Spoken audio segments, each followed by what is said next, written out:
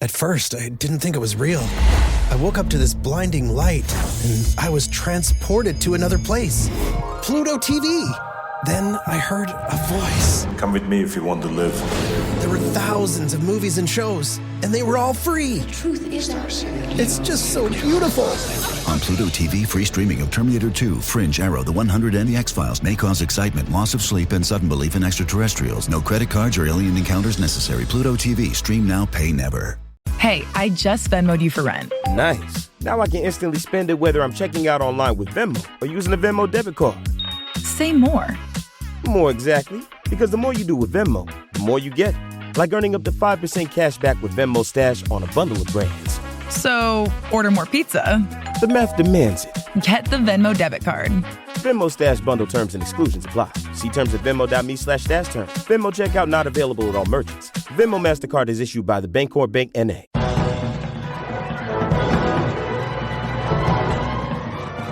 Hello and welcome to the Filmmakers Podcast. For those of you who've never seen the greatest the world has ever revealed, I'd like to introduce myself. Let's go! This is a podcast where we talk filmmaking from indie film to studio films and everything in between. How to get them made, how to make them, and how to try not to F it up, in our very, very humble opinion. Today, I am delighted that we are talking to Hollywood producer Todd Garner. But before we introduce him and how he is on this podcast, I'd like to introduce to you my co-host for today. It is Ian Sharp. Hello, mate. Hello, mate. Great to be here again. It's a pleasure to have you again. For those who don't know, let's list off some of Ian's credits. Let's embarrass him just a little bit. Because why not? Because he's a very successful producer, exec, and actor. Credits include The Marker, Westwood, and Halston, which both played at Sundance. And coming up soon, he's got Undergods and The Visitor, which is in post. And also, he is in my Knights of Camelot film. And, you know, hey, he might say he steals the show. Others might disagree. Maybe. I think I did, but I think you did. You were definitely one of the best on a horse. You know what I mean? Cheers, I appreciate it. I'll take that. You will, because actually what you did was really cool, is that, I say it's really cool, you showed the other boys how to fall off the horse early on, didn't you? I did it. Well, it wasn't through choice, but yeah. Oh, I thought you did it to show the other boys. Yeah, hey, no, look, that's exactly what I did. Hurt. Exactly what I did. Yeah, you did it well. So we're delighted to obviously be talking to big Hollywood producer today, Todd Garner. I mean, what a legend. What a guy. For sure, man. Wow, what a guest. Well done. Yeah, and it was you that set it up, actually. He was on Twitter. He runs his own podcast called The Producer's Guide, which is an excellent podcast for producers and how to work in Hollywood. You got me onto that podcast, but actually you tweeted him the other day and said, "Hey, Todd, love your work. Hey, why don't you come on the Filmmakers Podcast?" And he responded, said, "Yeah." So well done, man. Yeah, man. Cheers, dude. Like, on you, man, like the power of social media. So I'm just, it just goes to show, huh? Just take a punt. There you go. Totally. Well, it shows to do that in sort of filmmaking life, doesn't it? Take a punt. Yeah. Because, you know, now we know Todd Garner, and that's an amazing thing, And I think that's what's cool about doing this podcast and the people we've met. You know, I like to call them all my friends now. I do. I go, "Hey, friend." But we're all in this together, right? And that's what it's about. We all try and help each other. And I appreciate you coming and helping today and being co-host. And I think I should get you on more. I think you're very good at this. My pleasure. Thank you. So what do we talk about with Todd? Let's go through some of the things so people know what's going to come up. We obviously talk about his time at Revolution, where he made Black Hawk Down there, and XXX and The Waterboy, right? When it was Disney when he made The Waterboy. And how he walked away from that to set up on his own, to make his own movies as well. And he's made some massive, massive movies over his time. So should we list a few off? Here we go. Jesus, all right, Punch Drunk Love. Where do you start? I know, where do you start? Punch Drunk Love, Anger Management, 13 Going on 30, Are We There Yet? Man of the House, The Fog. Next, Paul Blart, Night and Day with Tom Cruise, The Sorcerers Apprentice, Zookeeper, Jack and Jill, Into the Storm, Scout's Guide to the Zombie Apocalypse, Naked, A Boy Called Sailboat, Tag, Isn't It Romantic, Haunt, which we talk quite a lot about, and how he made that movie with our good pals Beckham Woods, and Playing with Fire. And obviously, we talk about Mortal Kombat, which is his movie coming up as well. How brilliant. Yeah, can't wait for that, man. Yeah, so strap in. It's going to be amazing. I am Giles Alderson. I haven't introduced myself yet, but I'm a writer, director, producer. As we've mentioned there, I did direct Ian in Knights of Camelot, which should be out in July. We have delivered the movie, so it should be out in July, fingers crossed. I also directed The Dare, which is out now, right, Sharpie? You can watch that in the USA and Canada. Yeah, go and get it, folks. Find it. Find the film. Find the film and do review and do like. And also Serial Killer's Guide to Life now, which is out in the UK, US and Canada and loads of other places. You enjoyed the movie, right? I did, mate. It was a cracking film. Well done. Thank you. Thank you to Staten as well, who made it. He's a legend. I can't wait to make some more movies with him. So, well, should we get to it? Here we go. Let's do it. All right, sit back, relax, and enjoy this brilliant episode of the Filmmakers Podcast. And I can say that with the legend that is, the Hollywood legend that is, Todd Garner. Enjoy. Are you in an attic? I am. This is my loft come office. And it's amazing. It's nice because I can come up here and do this, record podcasts and do my thing, which is nice. Perfect. Which is nice. Do you normally record in a studio? I did pre this. Yes, pre-this. But then it's interesting because I was going to take some time off. You stopped doing it for a little bit, didn't you? Yeah. I was so busy, ironically. Ironically. Remember those days? So I was off to Australia. I had 5 things shut down. So I was off to Australia to shoot Mortal Kombat for 4 months.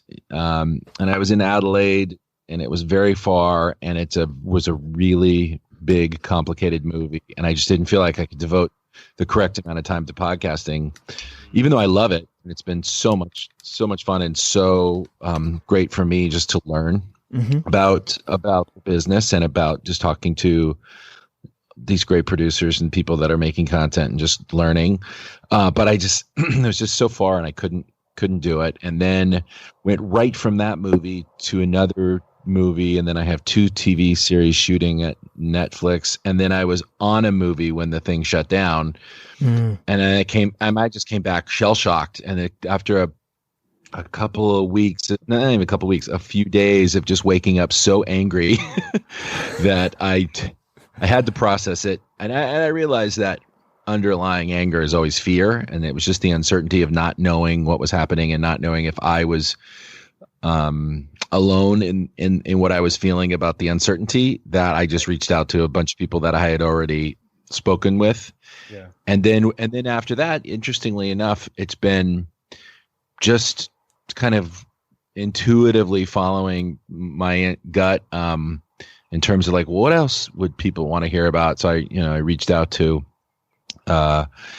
just some friends about, China and about distribution. And then and I'm going to do one on Monday. A friend of mine, he started Summit back in the day, and he was out.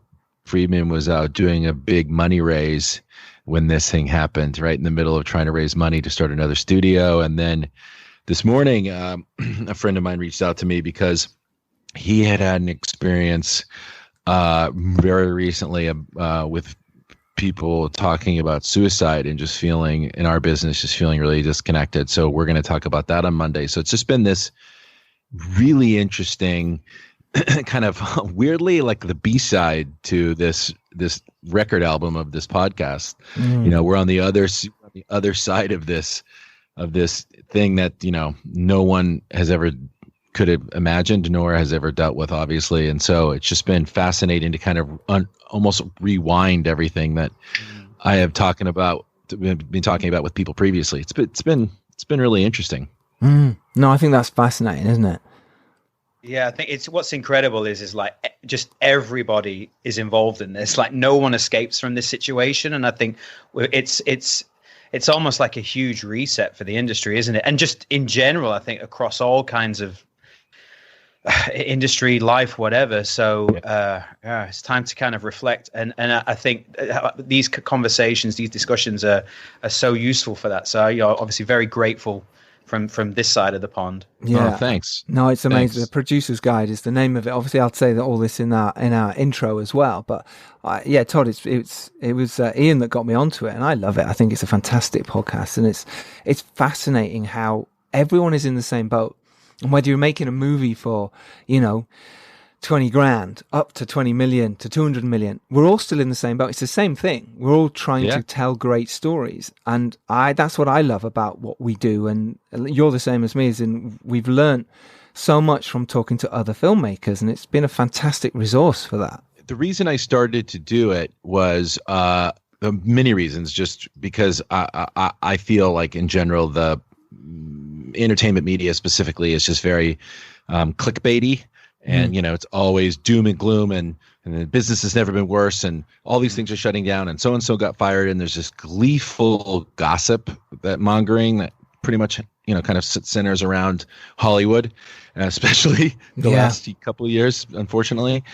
Because, look, I'm a 55-year-old producer. You look good, If I don't have Thank you. If I don't have optimism, I have nothing. Like the thing I cling to is optimism, because it's the only thing that gets us out of bed in the morning. Because we're starting from scratch pretty much every day. Mm-hmm. Couldn't agree more. Yeah. Well, after I left Revolution Studios, I had just finished going through a divorce, and I was with years later. I was married again in a really expensive rental that I probably shouldn't have been in, and I had not.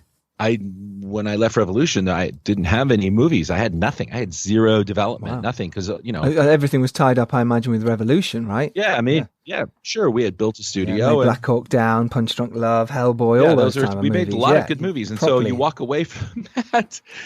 And I can remember, I at like 3 a.m, I heard someone in my bedroom yell, "What the fuck?"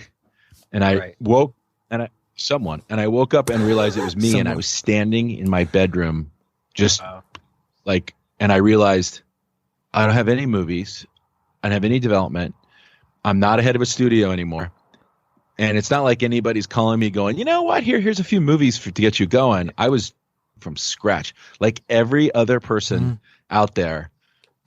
I was like, okay, well, I need to figure this out right now, because there's a lot. I have a lot of bills. I have a divorce and a child support and a house. What? Okay. And so I can relate to everybody out there who is sitting right now, especially right now, who's going, go for this, because you're right. We're all in this together. And I don't know if you guys ever watched The Amazing Race. Again, it's a show where they literally travel across the globe in this race. And the thing that's so interesting in this television show is there are at certain points where they get to the airport. And there's like, you could be jamming and get the right cab and win the event and get 6 hours ahead. And then you get to the airport and it's like the flight's not till the next day. And all the contestants catch up. And it resets. Right. That's what this pandemic is. We are literally all at this airport, and the whole business is resetting. So everybody is in the exact same boat. There's not one person out there in their car driving around getting an advantage over anybody else. Everybody right now has the ability to create either for themselves, and just write something that you're passionate about, that you have maybe put on the shelf, or some story or some TV idea that you've had that you've never had the time to do, especially if you have a day job or a night job. So true. Yeah. You now have the time to do it. And if you're a producer, you have the time to actually sit and think and say, okay, what kind of movies do I want to make? I mean, during my entire career, I'm serious. Even when I was a studio executive, I say that probably the net is probably 75% of the things that I've done have been my ideas.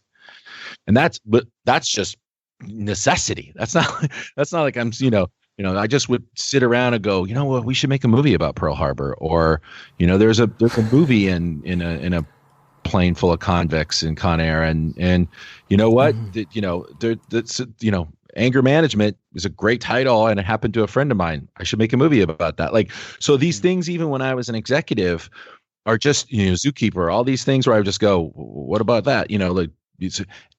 you can do that. Anybody can do that. And it wasn't like I just came up, I just came up with ideas and said, why hasn't anybody done Sorcerers Apprentice in a long time? And by the way, the movies either turned out good or they didn't. Some good, some bad. That's up to the film gods and just the 800 people it takes to make a movie. But anybody right now can be sitting and thinking about creative ideas, because nobody is chasing IP right now. Nobody's got the slinky game or everybody's just sitting in their house with just their imaginations and the will to make great stuff. I think that's great. I think that's exactly the right attitude as well. I think people can now go, right, what do I actually want to make out of all the lists? If they've got a slate or whatever, it's because as soon as we come back, and this is what we wanted to ask you about, when this stops, because it'll have to at some point, something will happen. Do you think there's obviously everything's going to kick off at once? Everyone's going to be like, right, we're good to go. And actors are going to have the ability to choose.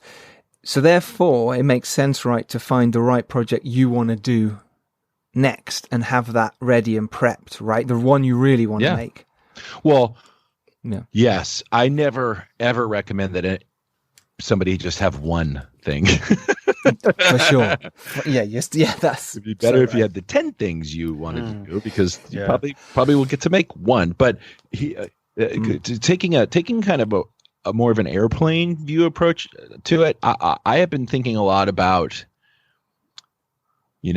just content in general, and the knock on streaming was, again, the media.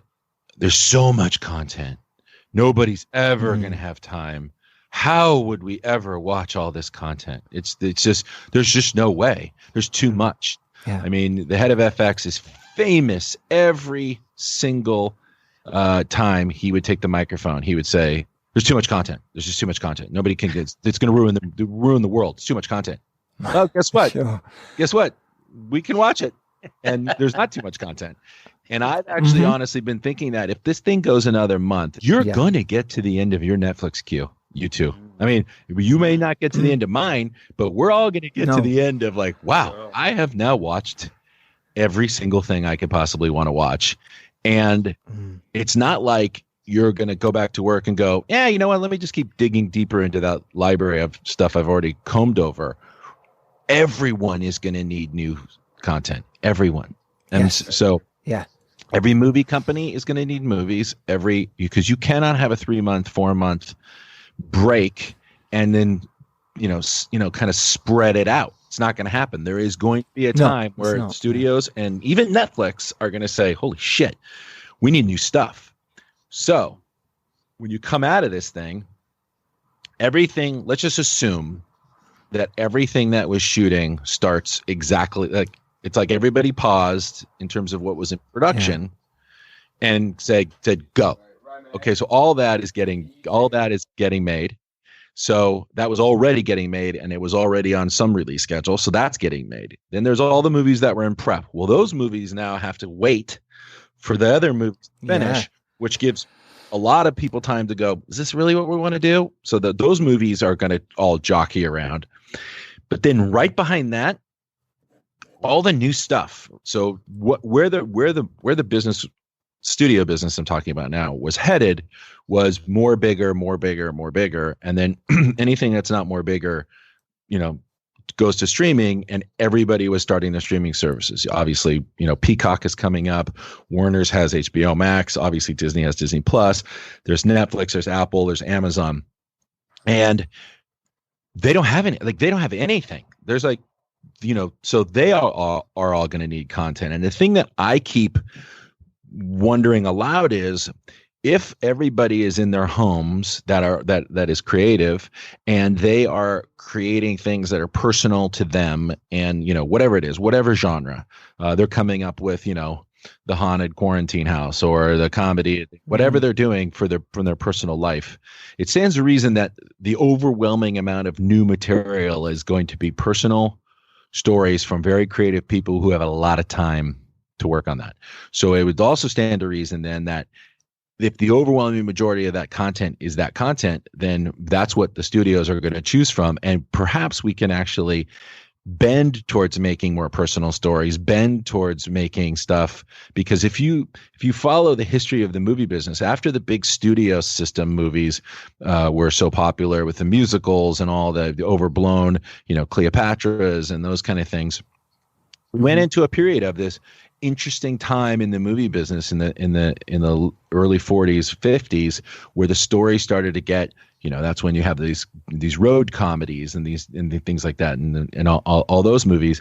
And then we went back into the 60s where it started again, where the big studio movies were dominating everything. And then in the 70s, all of a sudden this new whole generation of filmmakers came about and started making these very cool dramas and very cool edgy comedies for not a lot of money, and the audience ate it up.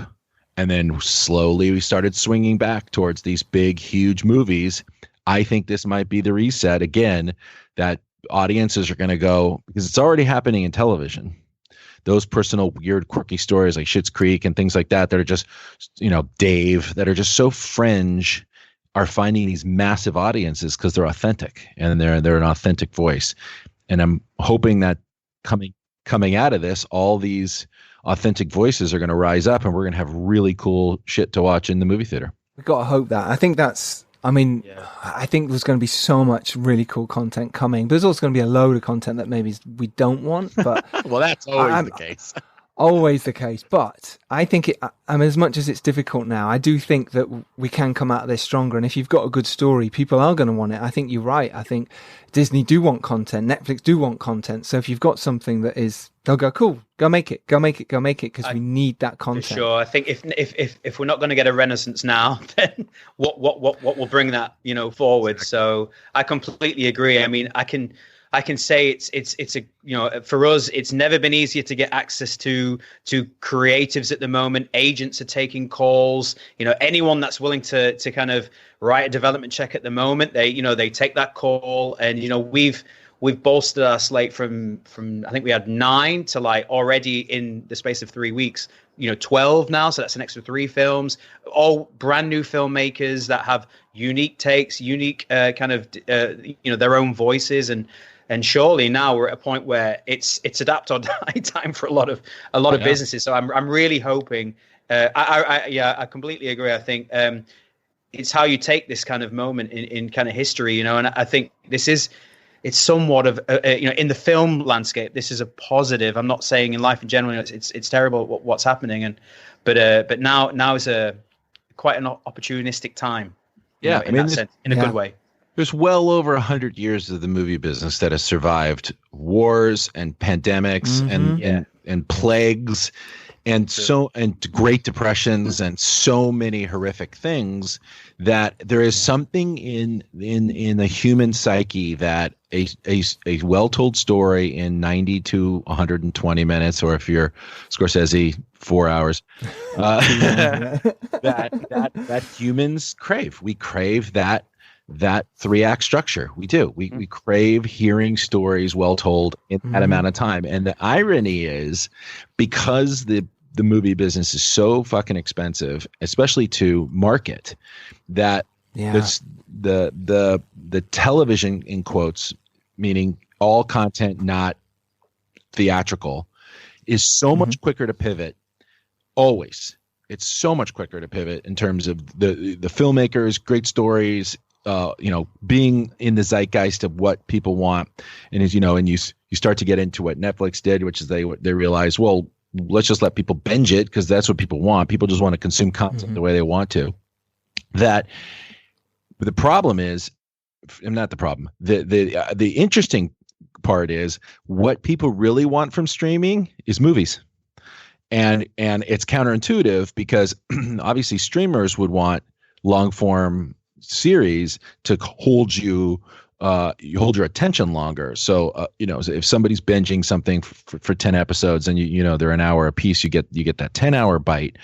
But that's a lot. That's a huge commitment. And what they found in the research is what people want are good movies on streamers. And so for people that make movies, the time has never been better in terms of trying to figure out with so many places to sell things. If you have a great piece of material, it used to be for you, especially independent filmmakers. Oh boy, okay. Well, if I don't really have access to Cassian Elways or any of these guys that put these movies together who I've had on my podcast. Yeah, that's great. Shoot, I got to go to talk to my aunts and uncles and friends and start to cobble together money and create this document saying you now own 1% of this thing of profits, and you have to put in all the stuff and the million disclaimers of why they're never ever going to get their money back. that still exists. Yeah, for sure. It does. But in terms of developing a good piece of material and attaching talent, never been easier because of how ubiquitous technology is and how you can get to anybody. Number two, so therefore, if you have a good piece of material and a cool package, there's a million streamers that will want to make it because they need that kind of content. It's just the appetite is so voracious, especially right now.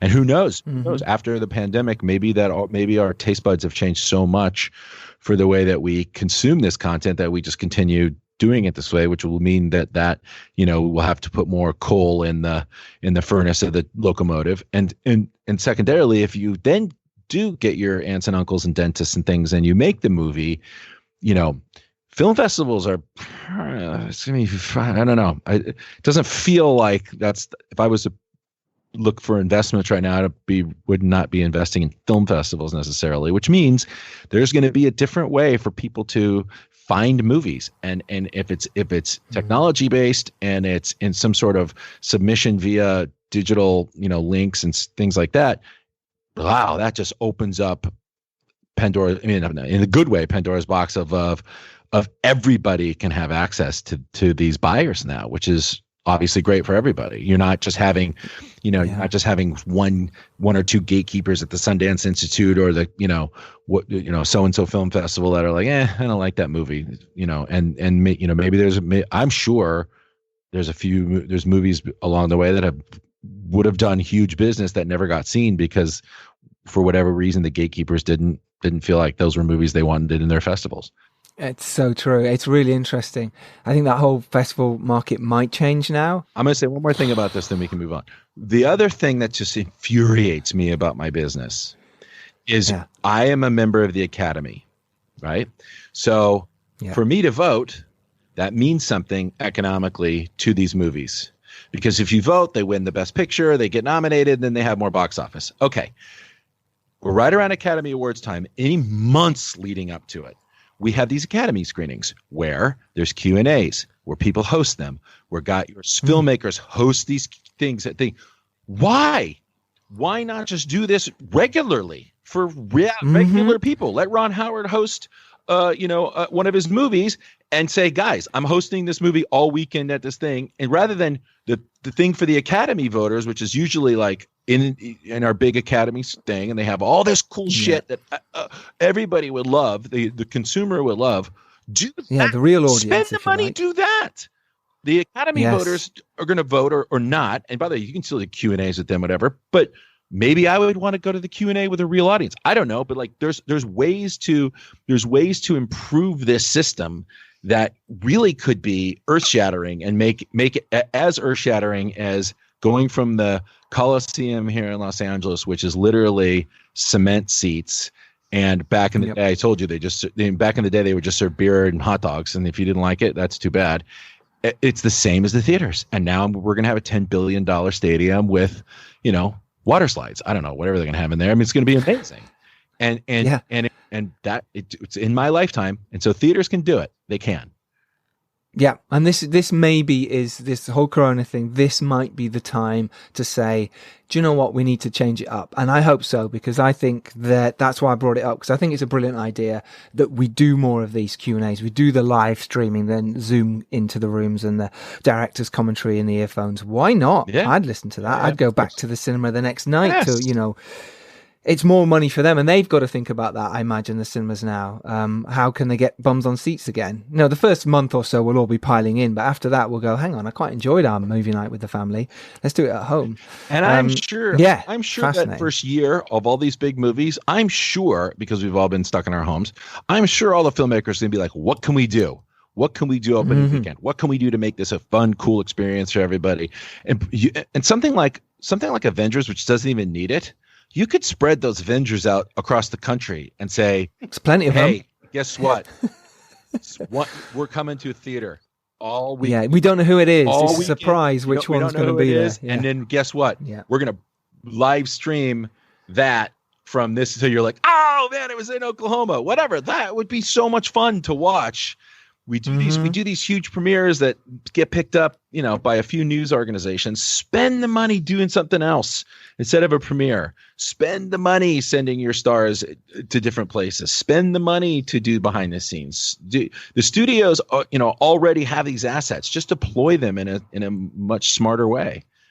We've all got to just be much more open to this. I say it's us, like I can change the cinemas, but I think someone like you, Todd, potentially can. I think you can. It is something you could go with and say, well, look, our next movie, this is what we're doing. I'm trying. Believe me, it's either going to change it, or people are going to be like, fuck him, we're not putting in it. Yeah, fuck him. The Ghostbusters car is going nowhere. Tired of that guy talking about this. Yeah, The Rock is like, I can't keep busting his ass. Yeah. I can't keep doing this. I've done it. He's not. Imagine The Rock listening to this going, what the fuck? I ain't going out and doing that. What the hell is he talking about? Why would I do Easy that? Easy for him to say. He's not me. Yeah. Exactly. I got a lot of shit on my plate. How many times have I got to do this? What are you talking about? For how many tickets? Fuck that. I know. It's funny. Yeah. But there is ways, and I think that's a really interesting point. I wanted to jump back a little bit and talk about, you mentioned there when you left Revolution and you felt suddenly you didn't have any projects and you didn't know sort of where your journey was. What did you do? How did you move forward? How did you find projects and how did you get them made? The same way I've always done it. The same way I did it when I was a CE. I first of all started thinking about, okay, what do I have? Like what I have. So I have connections. I have a history. I have a career that I worked with a lot of different people. And so, okay, I've got that. I can start calling people that I've enjoyed doing business with or have enjoyed doing business with me. So I have that asset. And then what else do I have? I have my imagination. I come up with ideas on my own. So, came up with Zookeeper and a few other movies that have gotten made. And I'm like, okay, I got that. Now I just need to take that idea and find a writer to join forces with me. And then you sort of like every day you go, okay, I'm going to put that writer on this. It's the same thing I'm doing now. It's the same thing I've always done. Out of the movies, so the movies that I've had this movie called right now. I have this movie called All My Life at Universal, which is a true story, a drama that we found this story on the internet and chased it down. I have Mortal Kombat, which obviously is an piece of IP that New Line was gracious enough to let me be a part of. So that's different. But I'm doing 2 TV shows for Netflix. Both were either my idea or a way to take the idea and put it together with a package. And then this other movie I'm doing called Vacation Friends for 20th Century, I've been trying to get made for 10 years. These two guys from Montana, Tom and Tim Mullen, came up with this idea. They were very young writers. We crafted it together, and after 10 years, I got it made. So the same thing I've always done. I've got my own imagination. I've got some connections, and I know how to move things forward. So I just say roll up my sleeves and start to get to work. And how did you do it? How did you do it before that then, I suppose? Because some of our listeners will be like, well, that sounds great for him. And, he came off the back of Revolution and these big hits. Right. Some of our listeners are going, well, that's fine for him. He can, go through his Rolodex and go, right, who can I call now? Let's get The Rock on the phone. Do you want to do this movie? Yeah. For some of our sort of, when you first started, how did you find your way in to become who you are, to become the great Todd Garner? I don't know about that, but you'd be surprised. You'd be surprised how quickly people forget all the things you've done for them. I mean, the first thing I thought was, I have made so many people so much money, and I've made rich. You have. Yeah. Get ready, babe. The phone's gonna be a ringing. Yeah. That's it. My wife non-stop shuffling around the house, my wife's going, "Is it broken? Is the phone's not ringing?" Yeah. Anytime now. I'm sending it back, going back into the phone shop, going, "Hello, what's going on?" Yeah, here's the good and the bad it's of not that. Working. But okay, so going back just to when my CE days, back in when I was at Disney, when I was a young executive, I did just that, man. Same thing. I go, what do I got? I got my imagination, so I can think of ideas and I try to get those ideas made. I got a few of those made while I was at Disney. And how did you get to Disney in the first place? I suppose that's what's in. How did you even get inside Disney? Well, it's funny because again, just when you're in the middle of it, you're thinking like, wow, this is an insane path to get here. But I grew up in Los Angeles in the Valley, and I was always a theater nerd. And I played sports too, but I loved comedy, and I thought, well, maybe I'll be a stand-up. And then no, that's really hard. You could do that. It's hard, but I'm a great stand-up with one or two people. In after a few beers, I don't know, sober in front of thousands. I would be able to do it. But it's tough. Yeah. And then I went to Occidental College, which is a small liberal arts college here in California, where Obama went, by the way, and before for a couple of years, and I thought, well, maybe I'll be a director. And so I would make these little short movies, and the school was very small, so I had to go out and get experience elsewhere. So I went out and got an internship at a post-production facility and became an editor. And so, so I was an editor for 4 years, which is an unbelievable experience that I use every day of my career since then. It's so important, isn't it? I talk about it on the podcast all the time. You can make or break a movie. A good edit, make or break a movie. Yeah, and you learn what you need to shoot, what you don't need to shoot from just watching someone else's rushes. You're like, why didn't you get the wide? Why didn't you get a hand shot here? Yeah, absolutely. You must have learned massively. I have said all those things in the last week, what you just said. So yeah, it's we're in post on a couple things, and editing is. And you told them off. Why was there no hand shot? Why was there no wide? What are we doing? Some just a couple. Yeah, edited, and I was an editor, and then I realized that I was going to be an editor, and that's not what I wanted to do. You got scared and went, I don't want to be an adult. After 4 years of like, wow, I'm making a lot of money, and this seems like this. And thank God I was young enough to not get sucked in by that. By the way, I love editors, and but some of my best friends are editors. I wanted to be a producer. So I thought, okay, I'll go to business school. So I applied to Stanford Business School. Nice. And I go, well, what's the best way to get into Stanford Business School from Occidental College? Back at that time, which is 1987, I thought Wells Fargo Bank, because it was a San Francisco-based bank, Stanford. A lot of people had gone. This is pre Silicon Valley. And so I went to work at Wells Fargo Bank as a loan officer, selling loans. Absolutely seeing the beginnings of where that bank was headed. Like, it did not surprise me at all. I was like, yeah, I did that shit. They made me do that stuff when I was there in '87. Wow. Yeah, and then ready to go to Stanford at a business school. I mean, out of being a loan officer at Wells Fargo, teed up.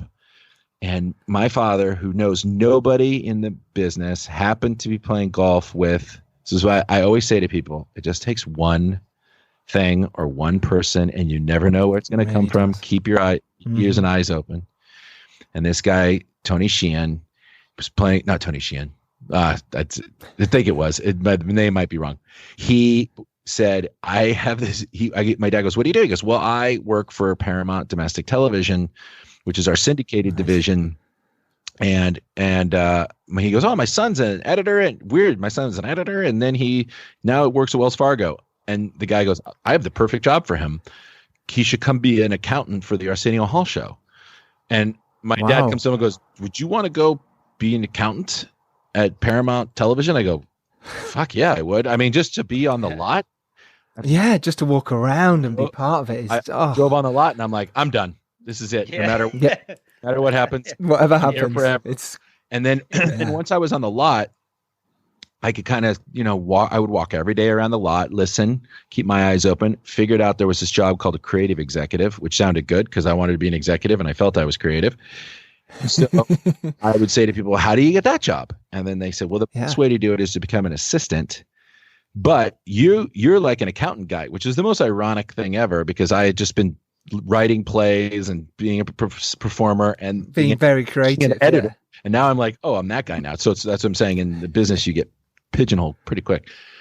So I went to UCLA and took a UCLA extension class from Bob Greenblatt, who is now the chairman of Warner Brothers. He's in charge of all of HBO Max. And he taught me. Does he still remember you from that? Does he still about it? And he taught me how to read scripts back in the day. He gave me my first script to read and taught me how to do it.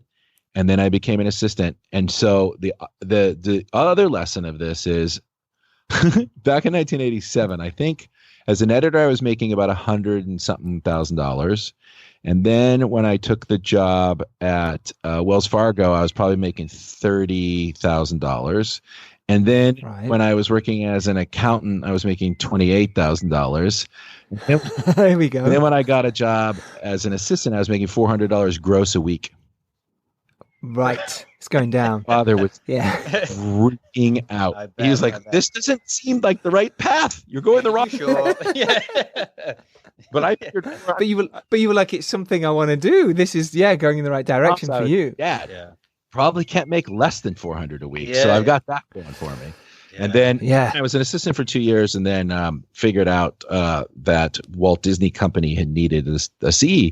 And so I applied and I got that job there. And then I was there for 10 years.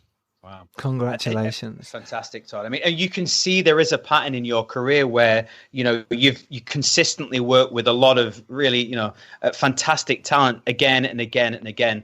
What I'm curious is like, how did you navigate like not getting just the most inflated ego with the more success that you were just getting in your career, from being that exec to then running Revolution to then Broken Road Productions? How have you managed to escape that kind of Hollywood narcissism, which we hear about over here? Well, all of those people that I worked with time and time again would generally keep you grounded and say, slow down there, Tiger. I've worked with, That's good. I've done a lot of movies with Adam Sandler. I've done a lot of movies with Nick Cage, a lot of movies with Ice Cube, a lot of movies with Jerry Bruckheimer. Yeah. And now a lot of movies with Kevin James and I've worked with, directors over and over again and writers over and over again. And those people have a tendency to, as you're coming up, kind of keep you grounded and tell you like, you're starting to get a little out of pocket there. And then just for my own personal self, failure is a good teacher. Right. And so if you do this long enough, you're going to have some pretty big ones. It just happens to everybody and there's nothing you can do about it. And, when you have those Geelys in your life and you have those just spectacular flame outs, you just swinging from your ankles and just missing the ball by a mile. It's great. It's a great teacher because no matter what you were feeling in that moment, you're like, oh, okay, yeah, this could all go away in one blink of an eye. Yeah. And so that's also very humbling too. And then just there was enough people that had gone before me that I had seen go before me that I knew just there's a certain way you want to behave and a certain way you don't. Now, that's not to say that, there's plenty of people out there that think I'm an asshole because you have to say no to a lot of people. And the way that I deal with people, as you can tell, I have now, 90 something hours forever on the internet. People could just see how I am. Can't bullshit for 90 hours. I will always tell people the truth because I remember I had been lied to so many times as a studio executive, so many times of just bullshit. And that it always came out. Always. Nobody ever got away with it. Even if it was like bullshit that worked out, like I just never did that. Because I knew how hard it was for me to, and much more work it was for me to like navigate the bullshit. So I made a conscious decision that I was just going to be honest with people, and people don't like that all the time, and it's fine. But I would rather just give it to people straight and say the thing that I think needs to be said in terms of like, well, it's the truth, and I'm sorry, but this is the way it is. Than try to bullshit them, and then 3 weeks later have it still be that way, and then people go, oh fuck, this guy's not a truth person. It's so much better, and it's kind of like that. We feel that it's like that in the UK a lot. There is slightly less bullshit, and people do seem to be honest. If they're not interested in your project, they either won't return your call or they'll say it's not for us. As we found that in America quite a lot, they'll go, oh, this could be great, and they leave you hanging for ages, and they don't actually tell you the truth. So it's really nice and refreshing to hear someone go, no, we're not going to make this. This is this is not for us right now. And I think filmmakers would prefer that every time. We go, cool, I can move on. I can go create something else rather than hanging on to something that might never get made. And we do that a lot as creatives and filmmakers. We hang on. Yeah. Someone might say yes any minute now. Yeah. Any minute now. But but you have to hang on to that. You have to. I hang on to it. I hang on to it too, guys. I mean, I'm just still doing the same thing everybody else is doing, is just trying to get stuff made, trying to, continue and keep doing this. And it's so funny because especially doing this, I always catch myself giving advice or saying something and just feeling a little bit like a little twinge of like, who the fuck am I to even talk about this stuff? Like, because what comes up was like, dude, you made Tomcats. Like you have no right telling anybody anything. And, I could sit here and tell you 45 minutes of all the reasons why that was a good idea at the time. But well, that's the thing. You never thought it was going to, be a flop, right? You never thought it was going to be that kind of movie, right? You'd be pretty silly if you went in going, you know what this is going to do? This is going to follow you for the rest of your career. Let's make a failure today. Yeah. But the fact is, I suppose you are allowed to say these things because you have made XXX, you've made Anger Management, you've made some amazing movies over your time. It's not... So I think you are allowed to say these things, but I know what you mean. And, we're doing this podcast, and we've made quite a few movies between us, me and Ian, but yet we're the same. We still feel like, oh, who are we to tell people how? But we see it as, no, we're not. We're just talking to people about how to make movies. That's how I feel sharing too. Experiences. Well, we all have we all have the same experiences as human beings. We're all learning that right now, right? I mean, everybody's learning. You maybe not the same views of how the experiences are interpreted, but we all are going through this at the same time, and we're all generally having the same anxious and insecure feelings about it. Yeah, no, you're right. So let's take a film like Haunt, for instance. I love Haunt. I think it's an amazing movie. Beckham was an amazing writer, director team. They've been on the podcast before, by the way. Nice. They're really cool guys. I met them actually at Popcorn Frights Festival, where their film, The Haunt, was playing and my film, The Dare, was playing, and we met swimming in the sea, which is just that's a story. Love that. Down in Miami. I know. There we were. Hey guys. Hi.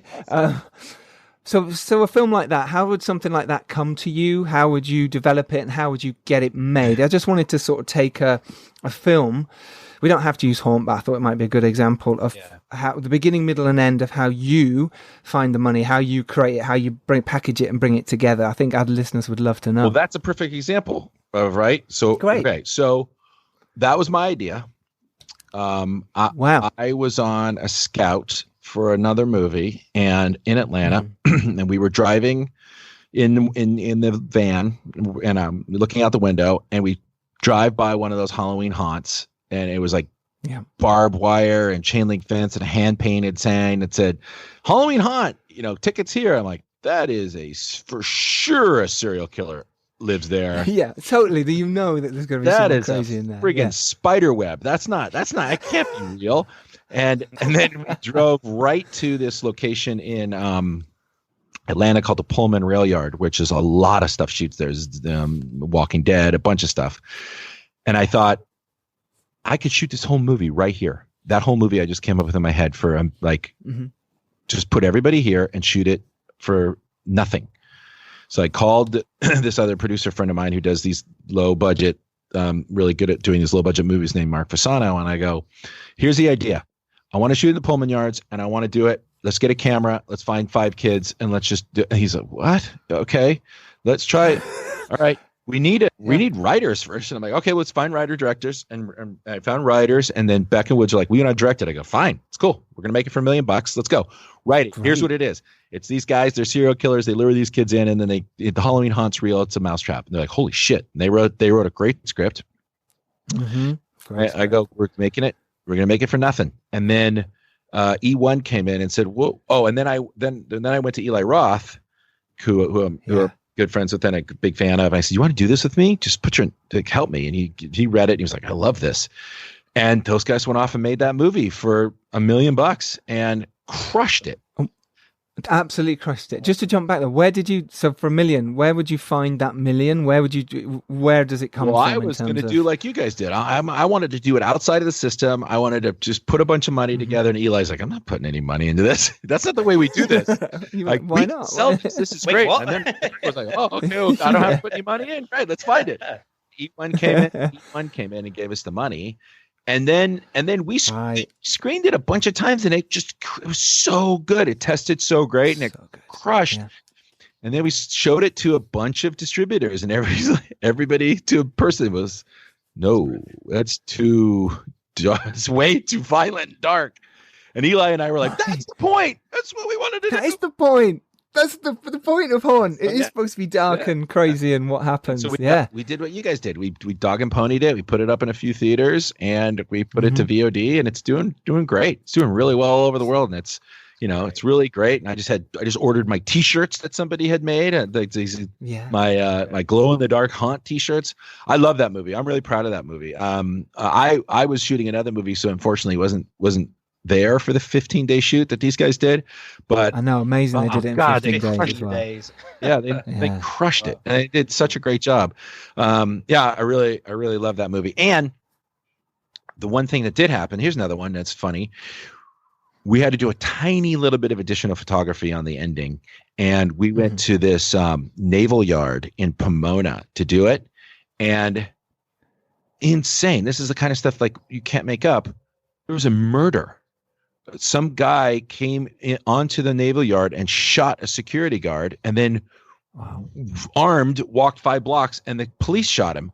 We got locked down on our set. I'm like, what? If you do this long enough, you see everything. You literally see everything. Yeah. It was the most insane day. We're shooting this guy coming in, and this girl shooting him, and there's a shooting across the street. It was bizarre. It was so. It was. Yeah. Did you have to stop shooting, or could you carry on? You got the B camera out, man. Got the B camera. No, B camera, mate. Shoot. Again, the first thing you have to do is be safe. So we locked down the location. We brought everybody inside. We shut the doors. We had security there.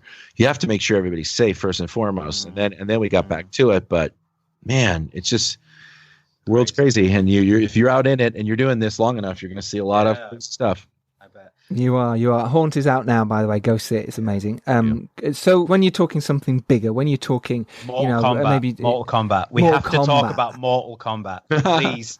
Sure. How do you go about setting that up? Like you say, it's potentially. You mentioned earlier, it might be your idea. It's come from something you wanted to. Not your idea, but do you know what I mean? You're like, right, let's do this. A huge intellectual property. Yeah. Yes. The movie was 95. It was a huge success. And am I right? It's Simon McQuoid who's directing it. So is he? I had a quick check on IMDb. It's not his debut feature, right? Yeah, or it is. Yes. Well, it is. How does that happen? Okay. Well, it's a bit of a misnomer to say it's his first movie because he's been directing commercials forever, and he's probably shot more film than most feature directors. Right. And he's an adult and a fantastic human being, and smart and thoughtful, and has a great eye, et cetera, et cetera. And so,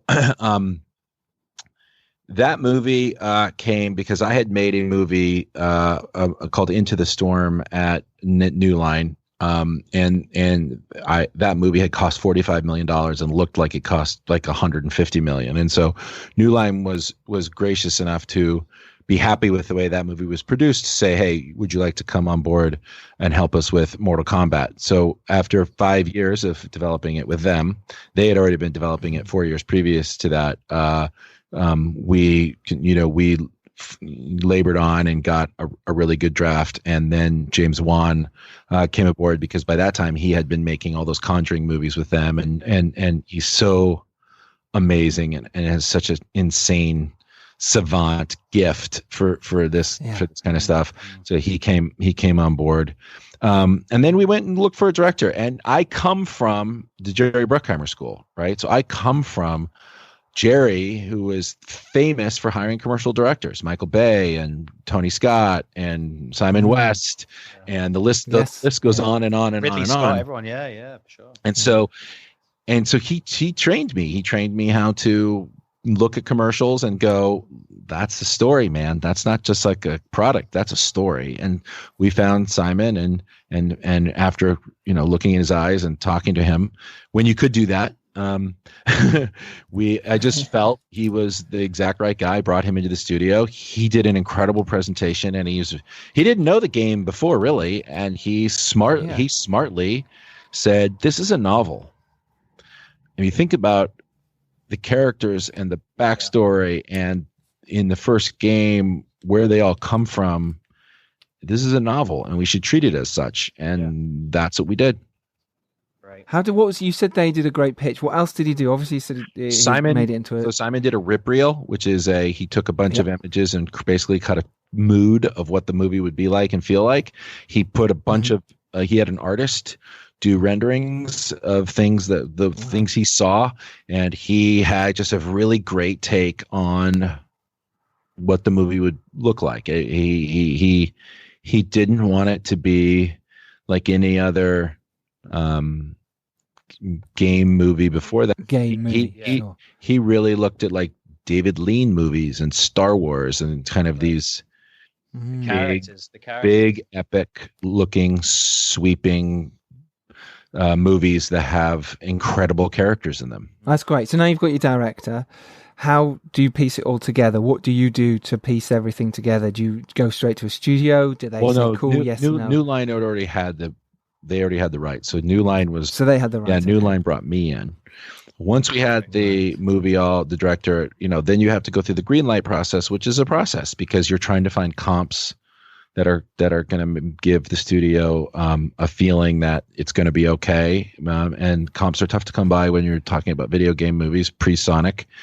And so it was a challenge, because you have to get the studio to understand that you're not just making a video game movie. You're making something that is going to stand the test of time and is going to work not just as a game, but as something that's going to tell a story that's going to resonate and make people feel something. And Simon had a great pitch. James was very passionate, and after some wrangling, we managed to get the movie greenlit. And as fate would have it, the studio kind of woke up to the fact that Simon McCoy is Australian and James Wan is Australian, and there's a character in the movie that's Australian, and Australia could really work for this big sweeping epic we're about to tell. Definitely could. Let's go to Australia.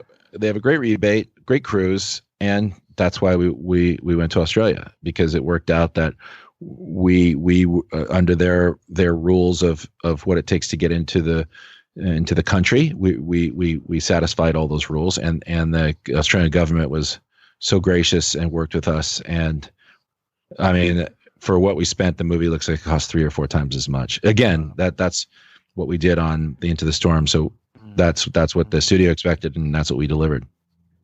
Amazing. I can't wait. Honestly, there's 2 films when I was younger that I went to the cinema more than 5 times, and it was Mortal Kombat and Wayne's World. So I just really like tonally the same. It's totally the same movie, by the way. Okay. Yeah. But because you're right. I mean, that for anyone that knows the Mortal Kombat universe, the characters, it's a dark, deep, universe. And I really hope that, I'm sure you have, Todd, you've gone to those places, do you know if it's going to be rated R, like 15, 18. Yeah. Wow. So I'm confident. I'm sure it's going to do very, very well for you.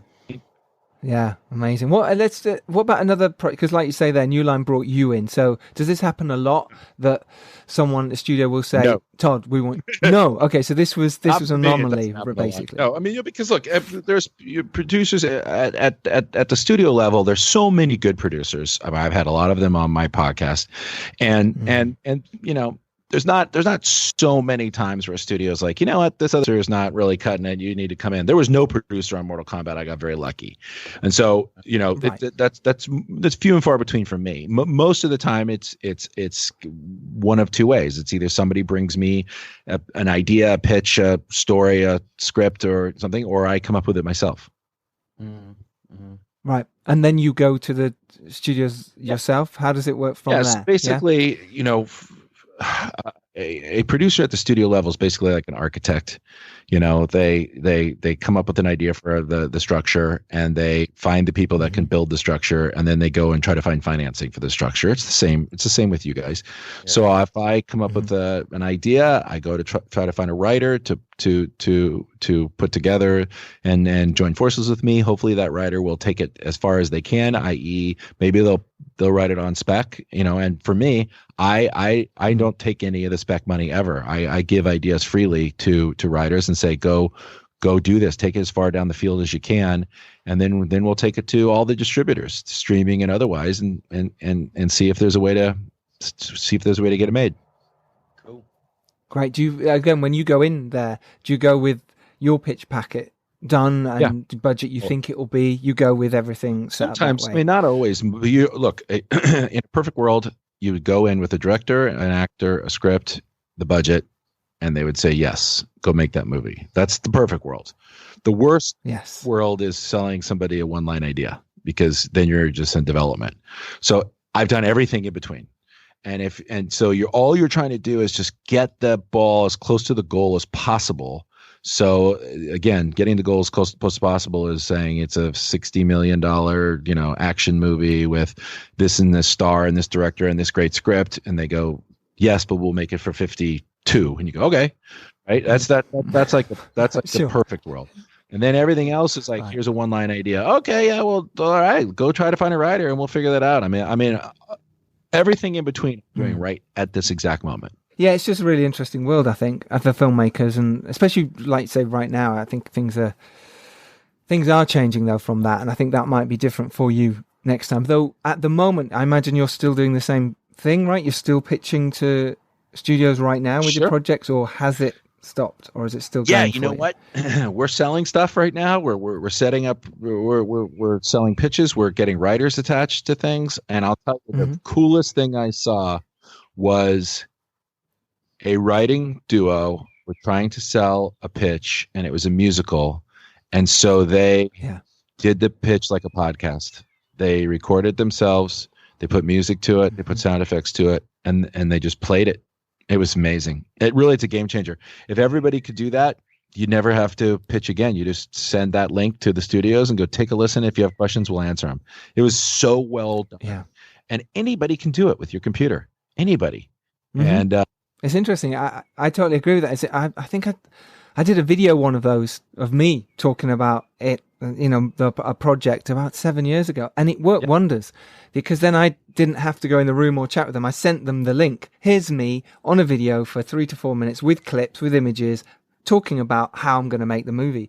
And people then were like, oh, great, I know what he's going to do. And I didn't have to get in a room with them and go, oh, I don't want to do it. You know what I mean? It was that becomes IP. Did work. Yes. Yeah. There you go. Yeah. Todd, this has been amazing. Can you, is there any way you can give some, I know you probably get this asked all the time, but any advice right now for filmmakers, producers, directors, writers? I give everybody the same advice right now, which is take an hour every day, turn off your phone and go for a walk. First of all, get outside, get some sun, get away from all the people that you're quarantined with. And if you're by yourself, get out of your house. And be outside, a safe distance from everybody, wear your masks, do everything you need to do to stay safe and healthy, of course. But then just think, just don't Don't try to think. Don't try to like, well, I need a great idea. I need a great idea. Just set your intention that during this time that you're staying at home, that you're going to come up with something great, and it'll happen. And just take a walk every day and just let the ideas come to you. And no idea is dumb, because you're probably the next day doing, that won't work, but that will work. And then if you're a writer, go write it. And again, take it as far as you can. Go write it. And then when you're done writing it, give it to one person you know. Again, I keep saying, you just need one person. My father was working at the Southern California Gas Company when he had that conversation with a guy. So talk to everybody you know. Go, I got this great movie idea. Well, first of all, you can't say anything right now because everybody's locked in their houses. But when you get out, at every party you go to and every gathering you go to, go, I got this great movie idea. I got this script. If you're a writer. If you're a producer, yes, get outside, think, come up with ideas, and then call the one writer you know. Everybody knows one, or you have a friend who knows one, or Facebook. Anybody know any screenwriters? And somebody's going to be like, yeah, I want to take a shot at screenwriting and work. It'll work with that writer. It will at least get you out of your own head and not doing anything. And you can do these Zoom chats and you can give them notes and you can kind of get them. You have time now to get the script where you want it to be. And then if you're a producer, then you go, okay, now I have a script. Now I have an idea. Who do I know? Who do I know that can help me get this made? Do I know a manager? Do I know somebody who knows a manager? Do I know somebody who knows an agent? What can I do to move this forward? Do as much as you can before this thing ends, because you'll be that much further along when it does, as you say it will. And if you're a director, go make shit. Did you see the David Sandberg thing? Oh, wasn't that amazing? Well, first of all, he's a fucking genius. But like, even if you're not a genius, just go make something. Don't make TikTok videos. Don't get on your phone and don't video your backyard. Yeah. Make something. Make something in your house, or go outside and make something. Make a claymation thing. Make an animation thing. Make something with your wife, as David Sandberg did. Make something with your friends that are actors. In a way, just make something, because there's never been an easier time to get your stuff seen by the world. And then once the world sees it, then the people that make the decisions in Hollywood and everywhere else are going to see it too. So there's no excuse for anybody. And if you're an actor, start thinking about developing something for yourself. When to go bet on yourself, write your own script, or again, talk to a writer about something you want to star in, because you can do it and people do it all the time. And there's this, again, with these new iPhones and editing stuff, you can make something that you can. And if you're a great actor, it doesn't matter what the fuck it looks like. As long as you're a good actor, we're going to find you. Love great it. Advice, so true. And I love that. Great advice. And what's interesting is Matthew and Tori Butler Hart, their husband and wife filmmaking team. I just saw a tweet from them the other day. They've made a couple of movies before already. And this went, we're on our own in the house, so I'm going to direct my wife Tori in this movie we've written. Feature film. It's going to do it. Perfect. And it was just like so inspiring and so brilliant. Perfect. Great for you. And I love that. Absolutely the right thing to do. So absolutely great advice, Todd. Thank you so much. Thank you, guys. Pleasure. Where can people follow you? Because people really need to follow you and see your journey and get and listen to your podcast for sure. Todd_Garner on Twitter. All the Instagram and everything else is just boring stuff. It's my kids and my family. Todd Instagram Garner is Twitter for anything business wise. Anything on Instagram and Facebook, I'm not gonna. I'm private, but there it's always good. Fine. And I just found out today that the Producer's Guide is on Spotify. So you can find the Producer's Guide on Apple Podcasts or Spotify or Podcast One. So that's where you can find me as well. Isn't it special when someone sends you a message or something with a podcast and I'll just go, I've been listening to you on this platform. And you're like, I didn't realize we're on that platform. It's great. Someone, yes, Spotify. People just take it and move it. I know. You can press your Alexa and go, play Todd Garner's The Producer's Guide, and it'll play it. Isn't it? I love it. And where can people follow you, Ian? You can follow me on Twitter at Ian Sharp, and on Instagram, which I'm probably more active, at Ian Sharp 1. There you go, because you're the first and the best. Cheers. I think so. I'm not so sure. You can follow me at Giles Alderson on Twitter or Instagram. And do follow the Filmmakers Podcast at Filmmakers Pod on Twitter or on Facebook, the Filmmakers Podcast. And don't forget, we have a massive back catalogue of so many podcasts now with some huge filmmakers. So whatever you're into, acting, producing, directing, you will find someone huge who can help you through the stormy waters of making an actual feature film. So do go back. And if you do enjoy this podcast, please tell your friends, and do subscribe, and give us a nice review wherever you can do that, and retweet our tweeters, retweet our top tweet of the week. That really makes a difference as well. Join us, have a conversation. Why not, right, Sharpie? That's what people should do. That's what it's about. On. Exactly, we're a community, right? Yeah, that's exactly what it is. And you can go out there and make your indie film. Even now, you can make it in your room if you want. And if you're lucky enough to rise up and do well, it is your duty to send the elevator back down. Thank you so much, Todd, for your time. Thank you, guys. Honestly, thank you so much. We know you're busy and we really appreciate it a lot. So grateful, yeah. Thank you, Ian. My pleasure, buddy. Anytime. Definitely, mate. Definitely. And thank you all for listening. We really do appreciate it. And we will see you next Tuesday, as always. Take care, everyone. Bye-bye. Good luck, fellas. Stay safe and be creative. Cheers, man. Thanks, buddy. Really appreciate it. All the best. Bye.